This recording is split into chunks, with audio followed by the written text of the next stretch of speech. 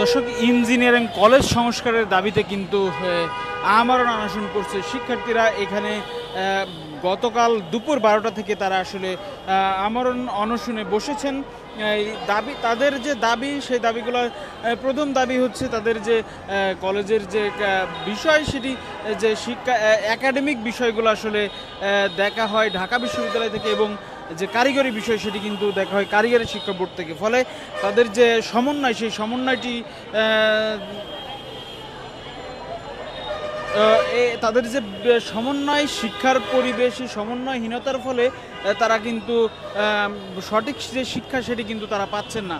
ফলে তারা আসলে যে অন্যান্য যে ইঞ্জিনিয়ারিং কারিকুলাম, সেখান থেকে আসলে তারা পিছিয়ে পড়ছেন। দর্শক, আমরা আসলে সরাসরি একজন শিক্ষার্থীর সঙ্গে কথা বলবো, তাদের দাবির বিষয় আর কি আমরা জানতে চাইব।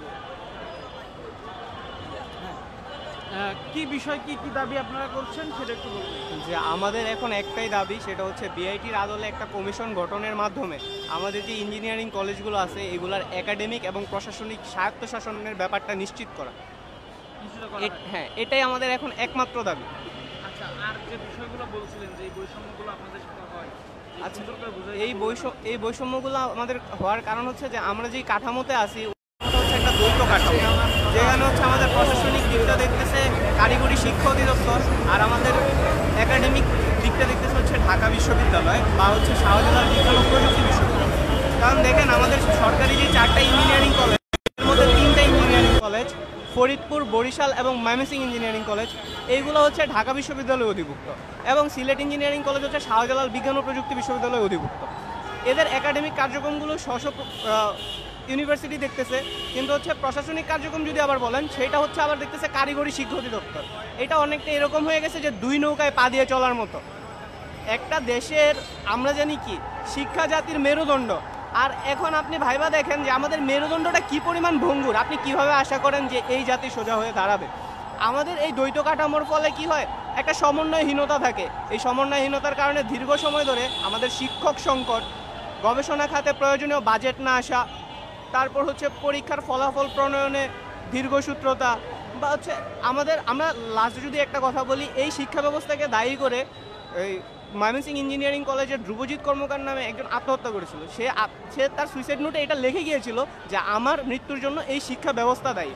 মানে একটা মানুষ কি পরিমাণ হতাশ হলে আত্মহননের মতো পথ বেছে নেয়। আমাদের যদি আমরা একটা স্থির চিত্র তুলে ধরি, আমাদের এই ইঞ্জিনিয়ারিং কলেজগুলোতে দীর্ঘ সময় ধরে এবং প্রতিষ্ঠার পর থেকে আজ পর্যন্ত কোনো স্থায়ী অধ্যক্ষ নেই। মানে একটা প্রকৌশল প্রতিষ্ঠান, অথচ ওইখানে আজ পর্যন্ত স্থায়ী অধ্যক্ষ নিয়োগ করা সম্ভব হয়নি।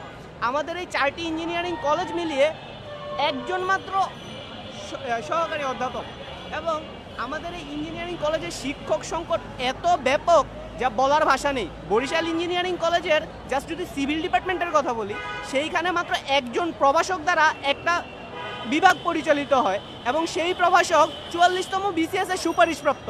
তার মানে ভেবে নিন যে হচ্ছে ওই বিভাগটা সম্পূর্ণ শিক্ষক শূন্য।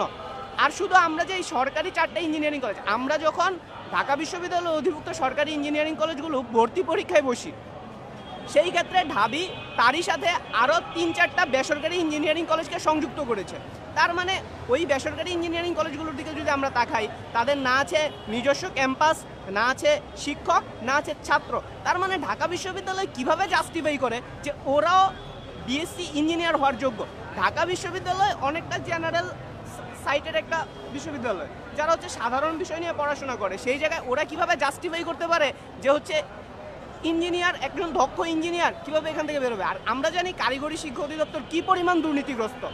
তারা নিজেরা, আমরা যখন কারিগরি মহাপরিচালকের সাথে আমাদের এই সমস্যাগুলো তুলে ধরি, কারিগরির মহাপরিচালক আমাদের বলে যে তোমাদের দাবিগুলো যৌক্তিক, তোমরা যা বলতেছো সবই যৌক্তিক, কিন্তু আমার কাছে সেই ক্ষমতা নাই যে আমি হচ্ছে তোমাদের তা পূরণ করব।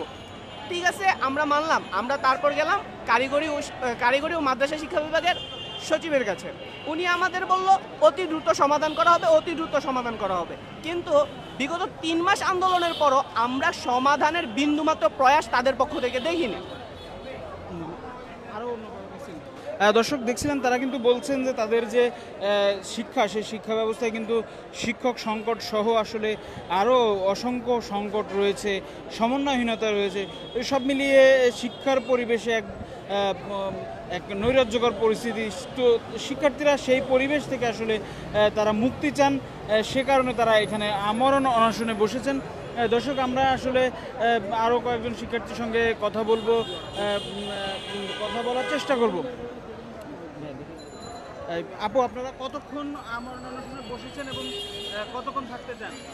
কতক্ষণ থাকতে চাই এটা তো আসলে কোনো ফ্যাক্ট না, কারণ আমরণ কর্মসূচি মানে কর্মসূচি বলতে যে যতক্ষণ না পর্যন্ত আমাদের যুক্তি দাবি মেনে না নেওয়া হবে ততক্ষণ পর্যন্ত আমাদের ভাইরা অনশনে বসছে, তারা তাদের অনশন কর্মসূচি চালিয়ে যাবে। আর ইতিমধ্যে 24 ঘন্টার বেশি পার হয়ে গেছে, এখনও আসলে সরকার থেকে আমাদের যুক্তি দাবি মেনে নেওয়ার পক্ষে কোনো সুরাহা তারা করতে পারে নাই। আমরা এই জন্য আমরা এখন অবস্থান করতেছি। আমরা চাচ্ছি যে যত দ্রুত সম্ভব আমাদের যুক্তি দাবি তারা মেনে নিক। ইতিমধ্যে আপনারা দেখতে পাচ্ছেন 24 ঘন্টার বেশি অনশন কর্মসূচি পার হয়ে গেছে। এখন তারা কি আসলে আমাদের কাছ থেকে কি লাশ দেখতে যাচ্ছে কিনা সেটা আমাদের একটা প্রশ্ন রয়ে গেল, কারণ আমরা 3 মাসের বেশি যৌক্তিক দাবি নিয়ে আন্দোলন করে যাচ্ছি। মানে এমন না যে হুট করে আমরা অনশন কর্মসূচিতে বসে গেছি, তারা আমাদের অনশন কর্মসূচিতে আসতে আসলে বাধ্য করছে। তো আমরা চাচ্ছি যে প্রধান উপদেষ্টা আমাদের এই যৌক্তিক দাবিটা মেনে নিক, তারা আসুক, আমাদের সমস্যাগুলো শুনুক। আমাদের ইঞ্জিনিয়ারিং কলেজের যে যৌক্তিক দাবি তুলে ধরা হয়েছে বিআইটির মাধ্যমে আমাদের আভ্যন্তরীণ যত সমস্যার সমাধান হবে, তারা আমাদের বিআইটি দাবিটা মেনে নিক, এটাই আমাদের একমাত্র দাবি। আর আমাদের অনশন কর্মসূচি আসলে যতক্ষণ না পর্যন্ত তারা আমাদের যৌক্তিক দাবি মেনে না নেবে ততক্ষণ পর্যন্ত চলতে থাকবে। দর্শক আপনারা দেখছিলেন তারা কিন্তু বলছিলেন যতক্ষণ পর্যন্ত এই ইঞ্জিনিয়ারিং কলেজের যে সংস্কার, সেই সংস্কারের যে দাবি, যৌক্তিক দাবিগুলো আসলে মেনে না নেওয়া হবে ততক্ষণ কিন্তু তারা এই আমরণ অনশন কর্মসূচি দেখে পিছু হটবেন না। দর্শক, এই ছিল প্রেস ক্লাবের সামনে থেকে। আপনারা ছিলেন দেশ রূপান্তর লাইভে, আমরা আপনাদের সঙ্গে ছিলাম। পরবর্তী আপডেটের জন্য আপনারা দেশ রূপান্তরের সঙ্গেই থাকুন।